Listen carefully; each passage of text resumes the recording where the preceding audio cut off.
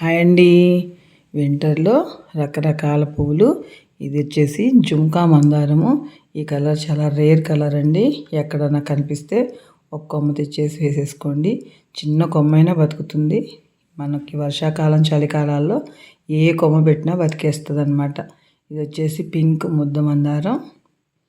చాలా బాగుంటుంది. పల్లెటూరులోనే కనిపిస్తాయి ఎక్కువ. ఇది వచ్చేసి నాటుదే సింగిల్ పెటల్ అనమాట. ఈ మందారం పింక్ కుండీలోనే చిన్న పాట్లోనే ఉంది. చక్కగా బోల్డెన్ పూలు పూస్తాయి. ఇది వచ్చేసి ఎల్లో రెక్క మందారం. ఈ బల్బ్ చూడండి ఎలా వచ్చాయి, బాగా మొగ్గలు బాగున్నాయి.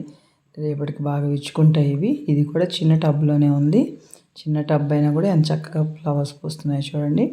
ఒక్క కొమ్మ ఎక్కడైనా దొరికినా కూడా తెచ్చి నాటుకోండి, చక్కగా బతుకుతుంది.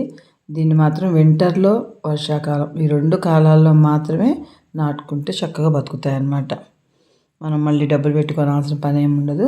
చిన్న చిన్న పాట్లు ఉన్నా కూడా పెంచుకోవచ్చు. పూజలు చేసుకునే వాళ్ళకైతే చక్కగా మందారాలు రోజు వస్తాయి. ఇది వచ్చేసి రెక్క మందారం. దీని ఆకులు తలకి చుండ్రు పోతుంది, తలకు పోసుకోవడం వల్ల.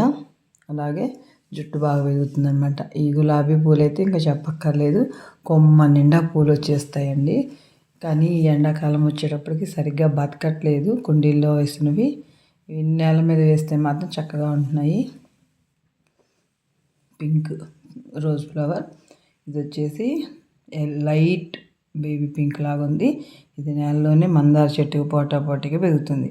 మీరు కూడా మీ గార్డెన్లో, మీ ఇంటి ముందు ఇలాంటి చెట్లు వేసుకొని ఎంజాయ్ చేయండి. Thank you for watching my channel. Thank you.